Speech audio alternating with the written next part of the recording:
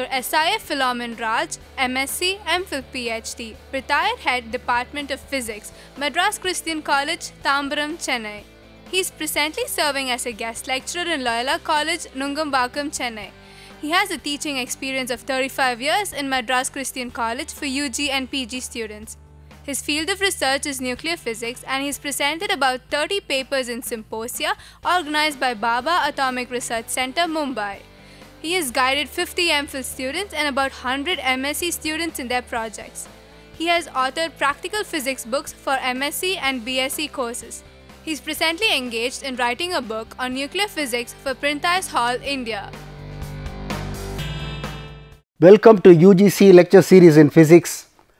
We shall continue with the nuclear and particle physics, and today we will be discussing nuclear models.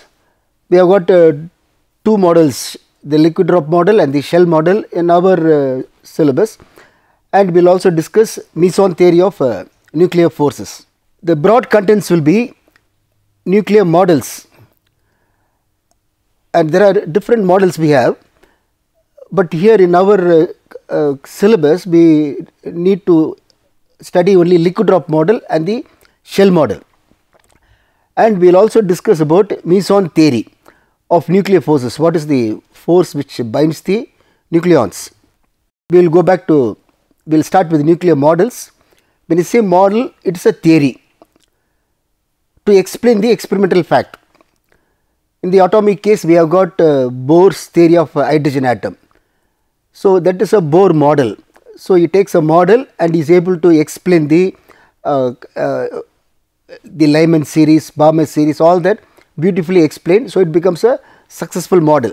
So model is a theory, and this model must be able to explain some experimental feature.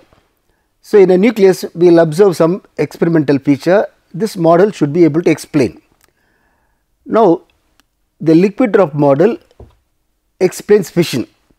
So you got nucleus undergoing fission is an experimental fact, and the liquid drop model is able to successfully explain the fission process. Then we have the shell model for magic numbers.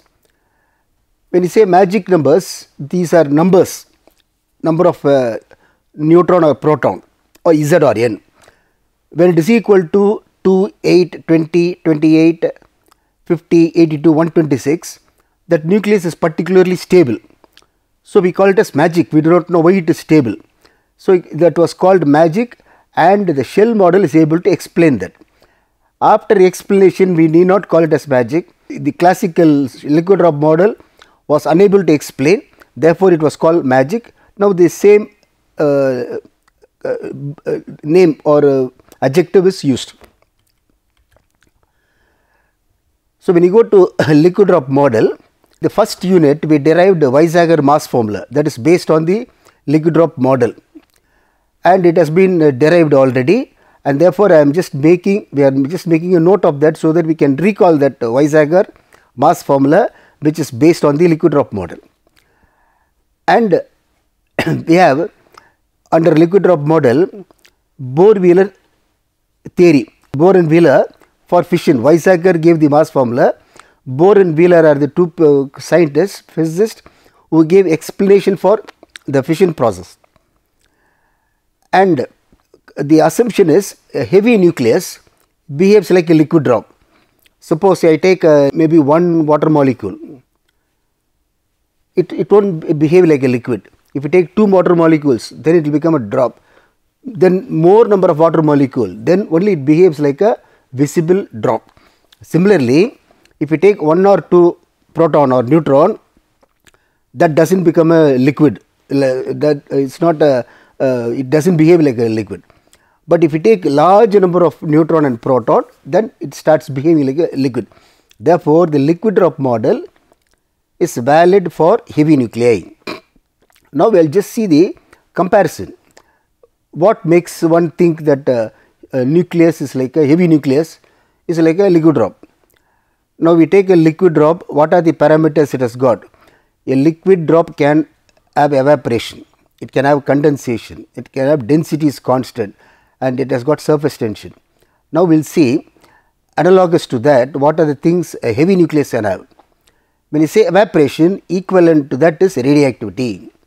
That is, in evaporation, the water molecules evaporate, comes out of the liquid. Similarly, when you talk about heavy nucleus, it is radioactivity, alpha, beta, gamma come out. So, this is the comparison that we make. Condensation. When you say condensation, suppose I take two water drops, bring them closer, they will combine together, they will condense and make one drop, that is called compound. Similarly, here we have compound nucleus formation. Suppose I have got a neutron which is bombarding uranium-235, for example, it will get embedded, it will become 236. So, it will become a compound nucleus. It is a condensation process similar to condensation of a liquid drop. Now, for a liquid drop, density is constant. Similarly, here we have binding energy per nucleon is a constant. For a heavy nucleus, binding energy per nucleon is a constant. Now, here when you say density is mass per unit volume. Similarly, here this energy is proportional to mass, and this mass number A is proportional to r cubed, because we know r, the radius constant, r equal to r naught a power 1 by 3. Therefore, A will be proportional to r cubed, and r cubed is proportional to volume. So, it is like this is proportional to mass, this is proportional to volume, mass by volume is a constant. So, very similar to density being constant for a liquid, mass per unit volume. And we have got surface tension. So, when do you get surface tension? When the surface nucleons for a liquid the surface molecules, water molecules, they are loosely bound. So, they form a skin, they have got only forces inward and sideward. Therefore, they form a skin, surface tension. Similarly, we have got for a nucleus, surface nucleons are loosely bound, which causes surface tension of surface tension of nuclear matter. Therefore, what we assume here is, if we take a heavy nucleus, it must behave like a liquid. It is not stable, it will behave like a liquid. This is an assumption made by Weizsäcker, Bohr and Wheeler.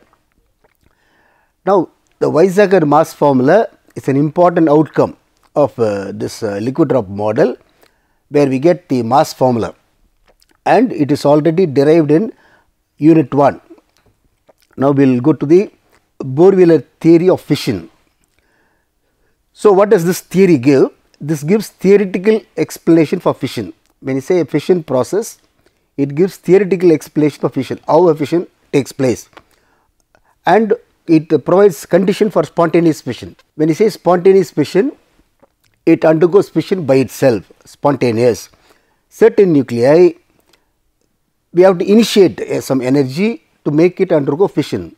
Certain nuclei will undergo fission without giving any energy.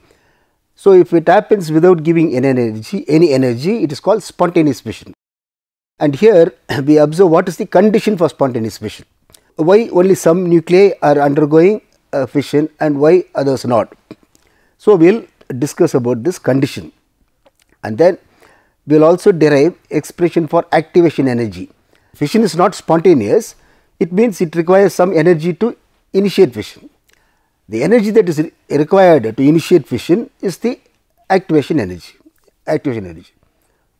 So, we will go further. So, for this Bohr-Wheeler theory of fission, what are the assumptions made? So, Bohr and Wheeler, they assumed the following two things. Heavy nucleus is analogous to charged liquid drop. So, what they said is, it is a liquid drop, it is a charged liquid drop, it is like a water drop, charged water drop. So, it is a liquid drop which is charged.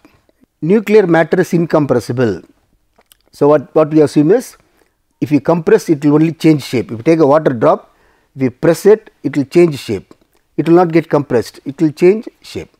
So, it is incompressible, which means the density will be remaining constant. If you are not able to compress it, it means the density is constant. and the volume remains same, because the mass is same, density is constant, volume will remain same during shape transition. So, suppose I got a water drop, if I disturb it, it will change shape, but volume will remain constant. So, that is the assumption we make for this Bohr-Wheeler theory of fission. Now, here we will just give one example we take about uranium-235 fission. Uranium 92, atomic number 92, mass number 235, a neutron bombards. So, this is neutron bombarding uranium-235.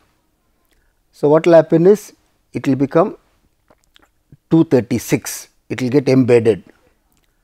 As we said, it will form a compound nucleus, it will get embedded. 235 has become 236.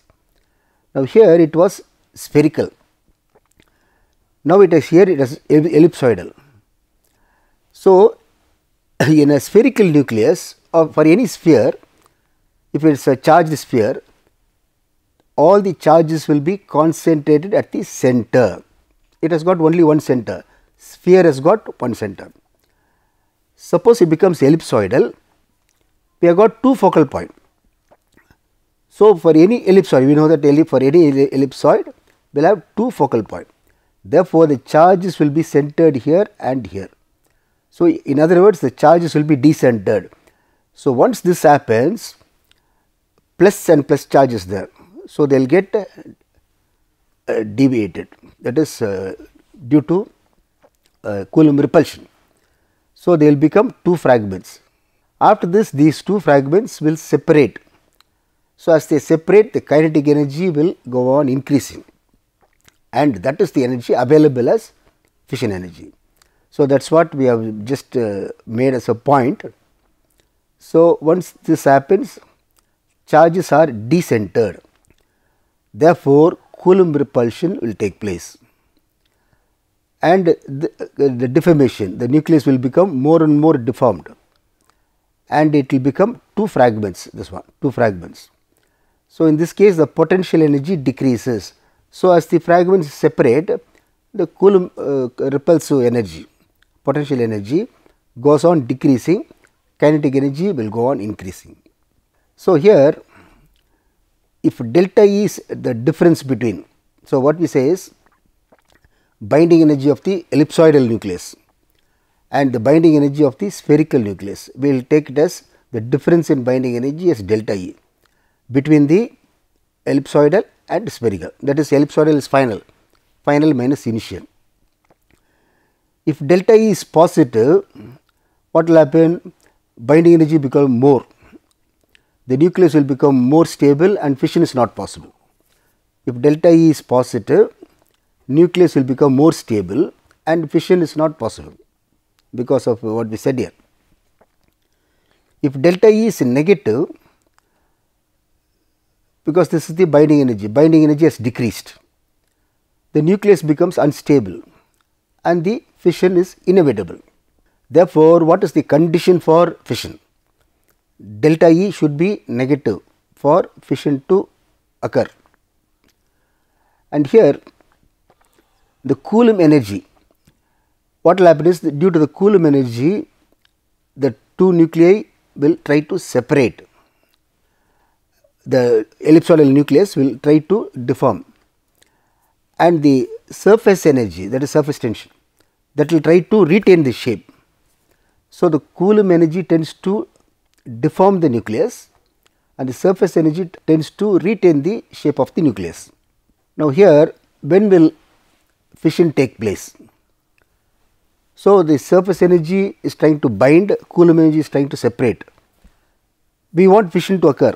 So, the Coulomb energy should be greater, the Coulomb energy must be greater than surface energy, only then it is possible.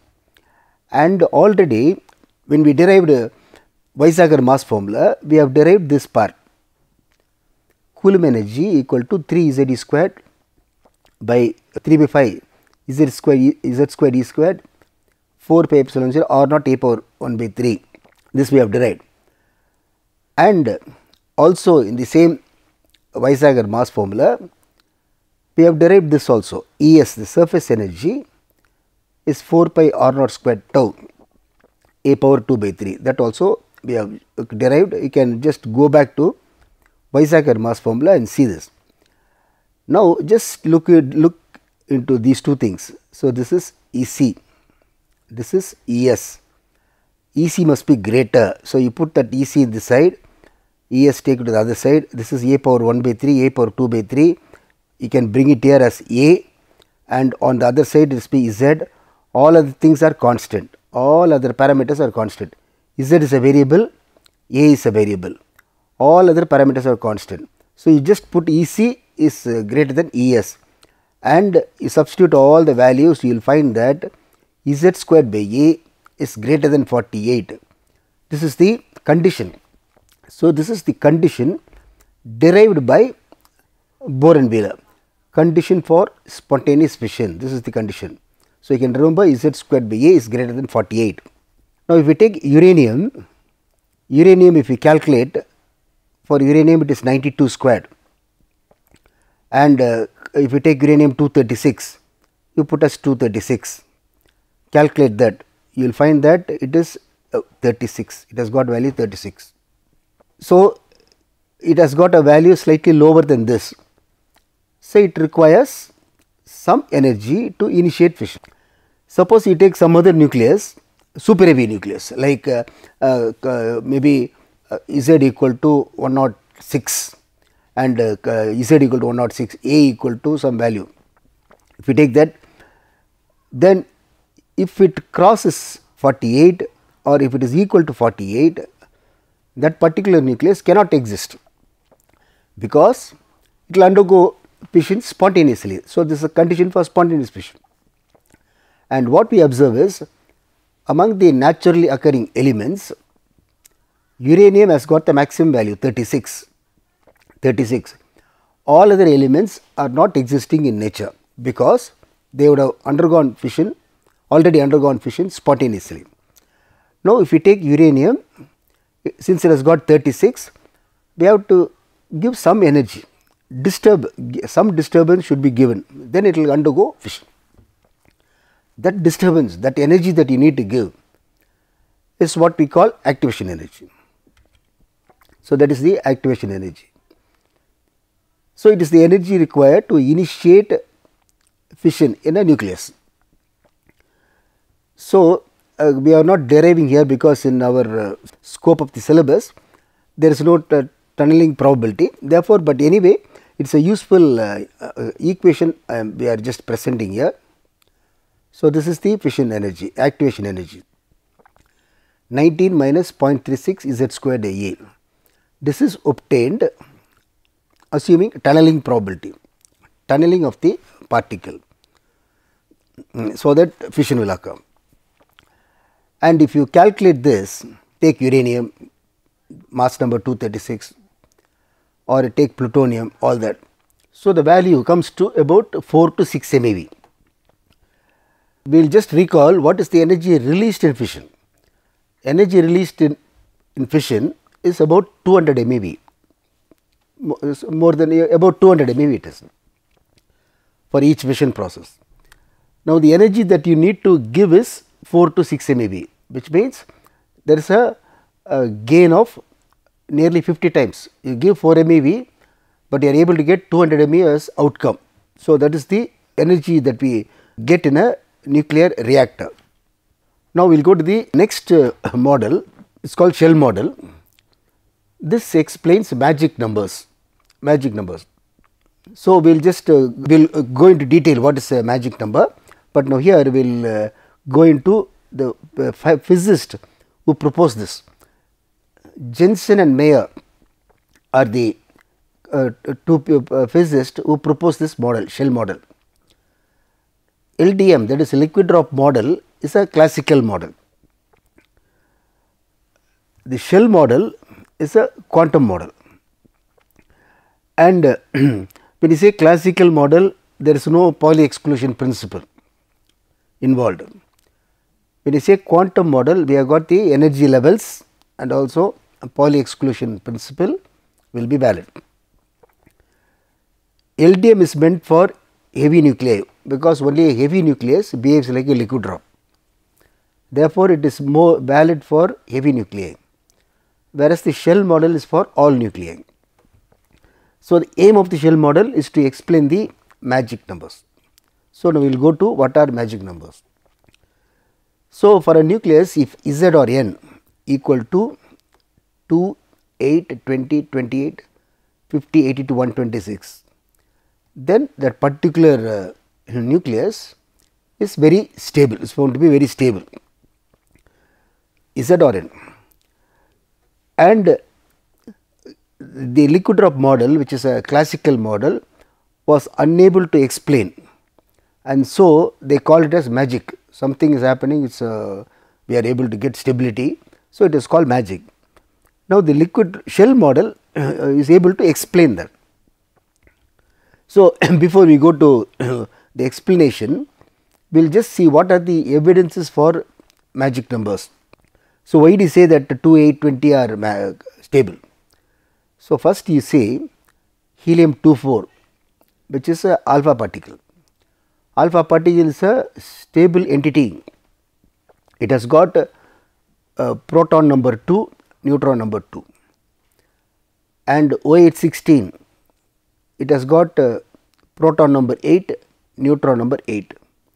Calcium 2040, similarly 20, 20, we have got proton number 20, neutron number 20. So, we get all these things are stable, and we nickel Z equal to 28, it has got large number of isotopes. 28 with we have not indicated the mass number because it has got many number of isotopes. Similarly, tin, it has got Z equal to 50, it has got good number of isotopes. So, it indicates 2, 8, 20, 28, 50 are magic numbers, they are stable. And also we have discussed radioactive series.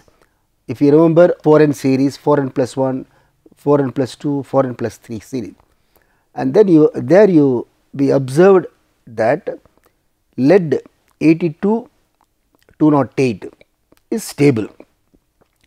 This indicates, so the lead is stable. This indicates that lead Z equal to 82 is stable.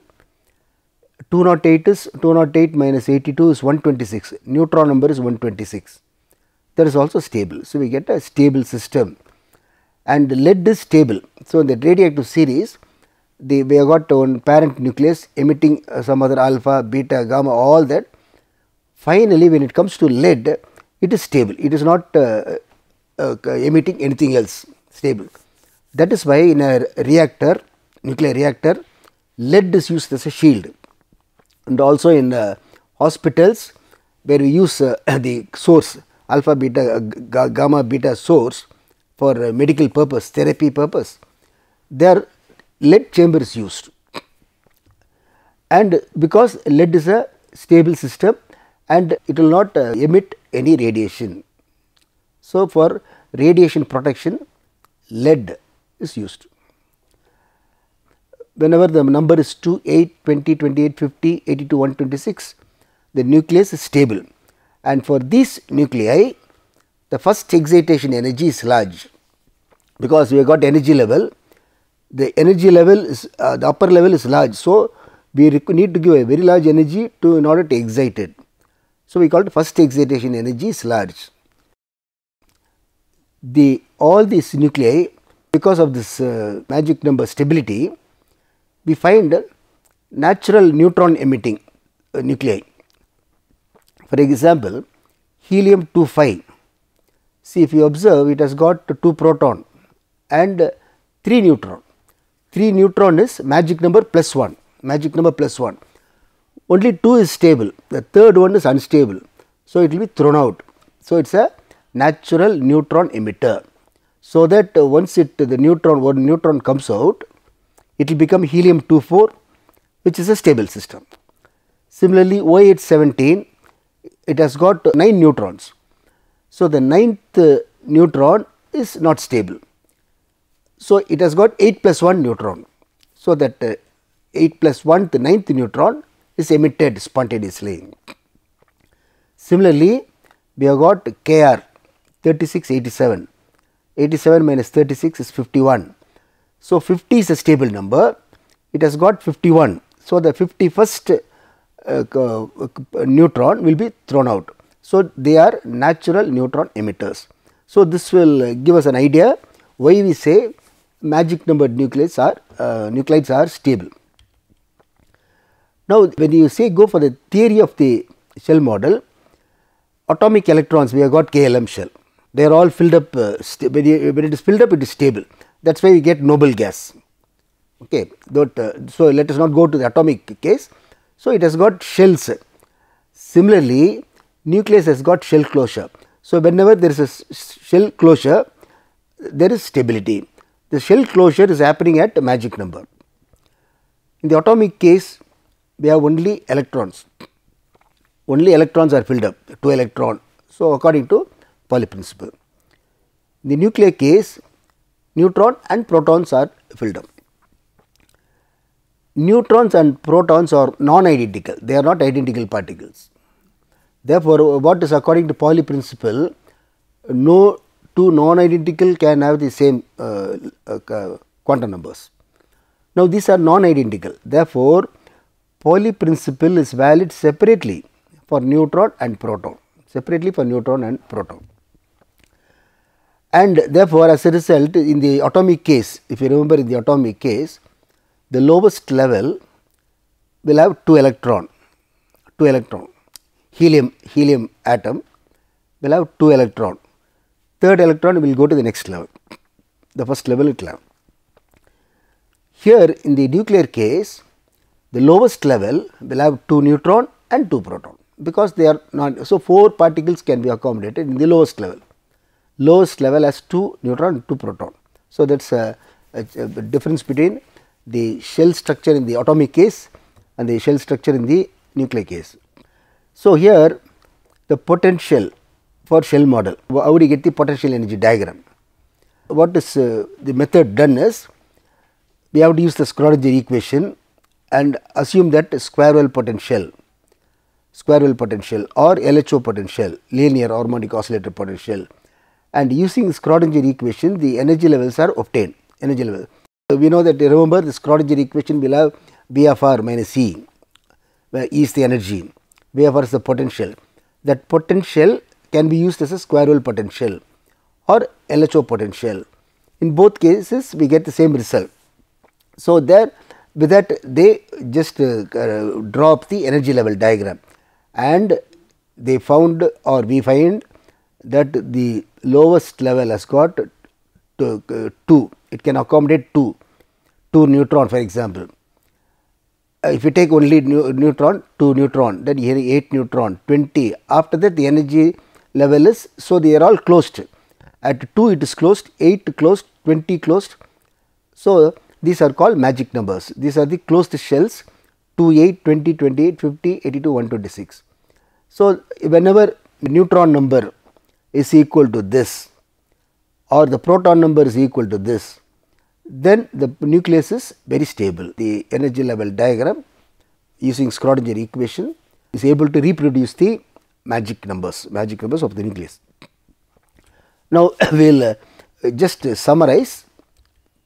So, we have discussed the liquid drop model and the shell model. So, one is the classical and the other one is quantum. In the LDM, we have outlined the condition for fission. Remember, Z squared by A greater than 48. If you substitute and see, then you will know whether that nucleus is suitable for a fission reactor. And we can also calculate the activation energy. We are given one expression, we can calculate the activation energy required. And we have listed out the evidences for magic numbers. Why do you call as magic numbers? So, we will just pose a few questions. We can explain the comparison between heavy nucleus and a liquid drop, all the comparisons, outline the Bohr-Wheeler theory of fission, and you can calculate the energy, activation energy required to initiate fission in 235 nucleus. It will be about 4 to 5 MeV. List out the magic numbers based on the shell model of the nucleus, 2, 8, 20, all that. The next class we will be discussing Meson theory of nuclear forces and thereby derive the Yukawa potential. Thank you.